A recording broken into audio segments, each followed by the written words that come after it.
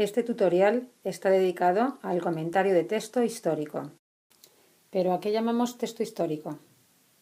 Pues un texto histórico es cualquier documento escrito que nos proporcione o pueda proporcionarnos un conocimiento sobre el pasado humano. Por tanto, el comentario de texto histórico, nos permitirá extraer una información importante sobre un periodo concreto, un acontecimiento concreto o un hecho concreto. A continuación os propongo una serie de normas o pasos a seguir que nos ayudarán en la realización del comentario de texto. En primer lugar, una lectura general. Esta lectura general nos aportará una primera idea sobre el documento propuesto. Una segunda lectura más pausada en la que deberíamos ir subrayando palabras, fechas, ideas, incluso hacer anotaciones o aclaraciones al margen que nos ayudarán posteriormente en los distintos apartados de nuestro comentario de texto. El comentario de texto en PAO consta de 3 apartados. El primer apartado es un resumen de los contenidos del texto propuesto. El segundo apartado es señalar las ideas de ese texto y explicar las ideas de ese texto. Y el tercer apartado es responder a una cuestión, una pregunta. Esta cuestión estará relacionada directamente con un tema concreto del programa y con el contenido del texto propuesto para nuestro comentario. Vamos paso a paso. Comenzamos con el resumen. Aquí tendremos en cuenta los siguientes apartados. Por un lado, las circunstancias espaciotemporales. En primer lugar, la fecha. Normalmente, el texto que nos propongan vendrá incluida la fecha. Si no es así, generalmente esa fecha se debe saber por el contenido del texto. En segundo lugar, las circunstancias históricas. En este caso, este apartado no está incluido en la actual prueba PAO. En segundo lugar, el autor o autores del texto, aunque en algún caso puede ser que el texto sea anónimo. En tercer lugar, el tipo de documento, que puede ser bien histórico, cuando se trata de un documento escrito en la misma época en la que trata, o bien historiográfico, cuando se trata de un texto escrito por un historiador con posterioridad a los hechos de los que trata el texto propuesto. Otro aspecto importante es la naturaleza del texto. Podemos encontrar varios tipos de naturaleza, políticos, jurídicos, económicos, etc. Incluso un mismo texto puede tener 2 naturalezas, por ejemplo, político-jurídico. De hecho, este ejemplo de un documento, un texto político-jurídico, lo veremos de manera reiterada en los distintos textos.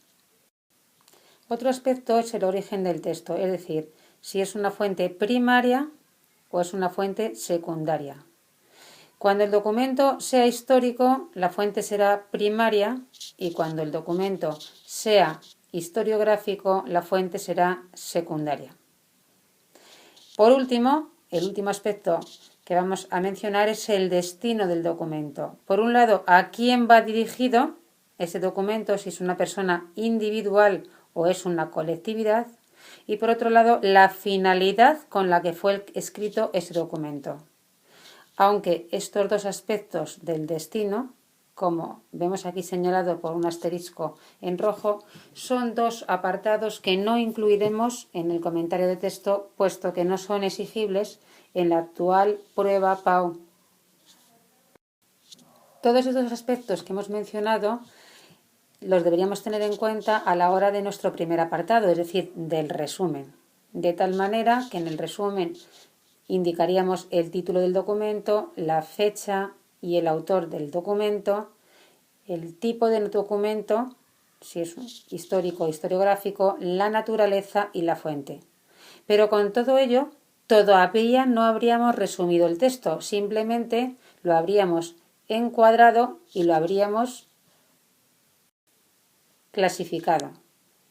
Nos quedaría, por tanto, resumir ese contenido, de tal manera que el encuadre del texto junto con la clasificación más el resumen en sí nos debería ocupar aproximadamente unas 8 líneas. El segundo apartado del comentario del texto es señalar y explicar las ideas fundamentales del texto. Aquí señalaremos una idea principal, es una idea genérica, la señalaremos de manera breve. Esta idea es la que en torno a ella se articula el texto. Posteriormente, señalaremos las ideas secundarias, 2, 3, 4, las que tenga el texto. Estas ideas son las que completan la idea principal.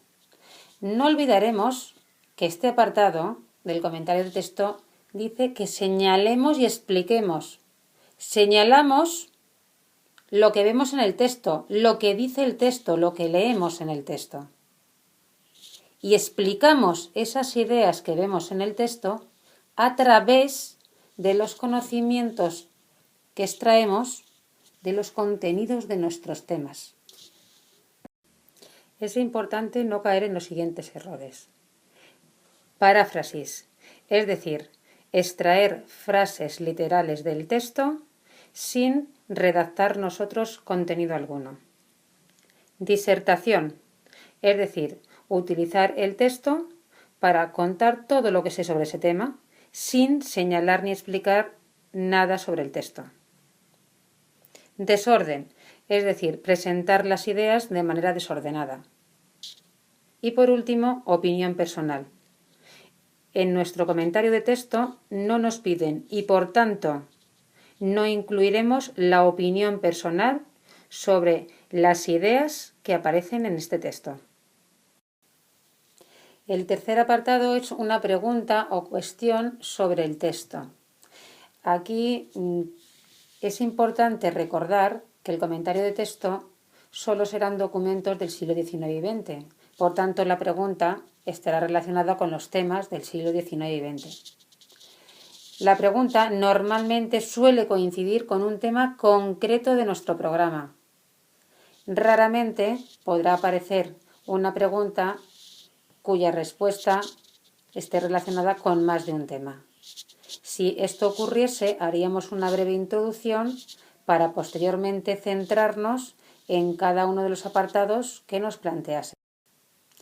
La redacción de los distintos apartados del comentario de texto es fundamental para alcanzar una alta calificación. Por ello os propongo, de manera orientativa, una redacción que incluye los distintos aspectos de los distintos apartados del comentario de texto.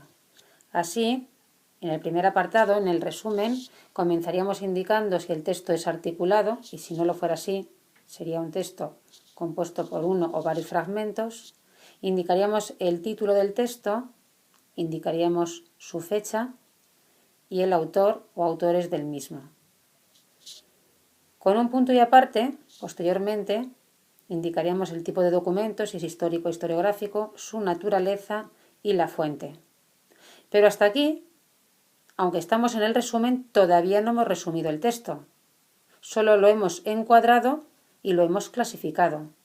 Es a partir de ese momento cuando deberíamos hacer el resumen del contenido del texto. De tal manera que con el encuadre, la clasificación y el resumen, aproximadamente nos quedarían unas 8 líneas. El segundo apartado del comentario de texto es señalar y explicar las ideas fundamentales del texto. Comenzamos con la idea principal. La enunciaremos de manera muy breve, no más de 2-3 líneas.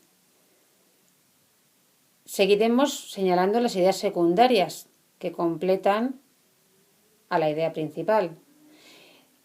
Aconsejo que estas ideas secundarias se señalen de manera individual, señalándolas cada una de ellas con un guión y comenzando su redacción con un verbo en tercera persona.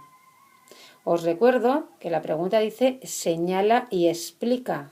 Señalo lo que leo, lo que veo en el texto. Explico a través de los conocimientos que yo extraigo de nuestros temas previamente estudiados en clase. En este segundo apartado hay una excepción. La excepción es cuando el documento, el texto propuesto es una constitución. En ese caso, solo en este caso, en vez de hablar de idea principal e ideas secundarias, hablaríamos de principios fundamentales.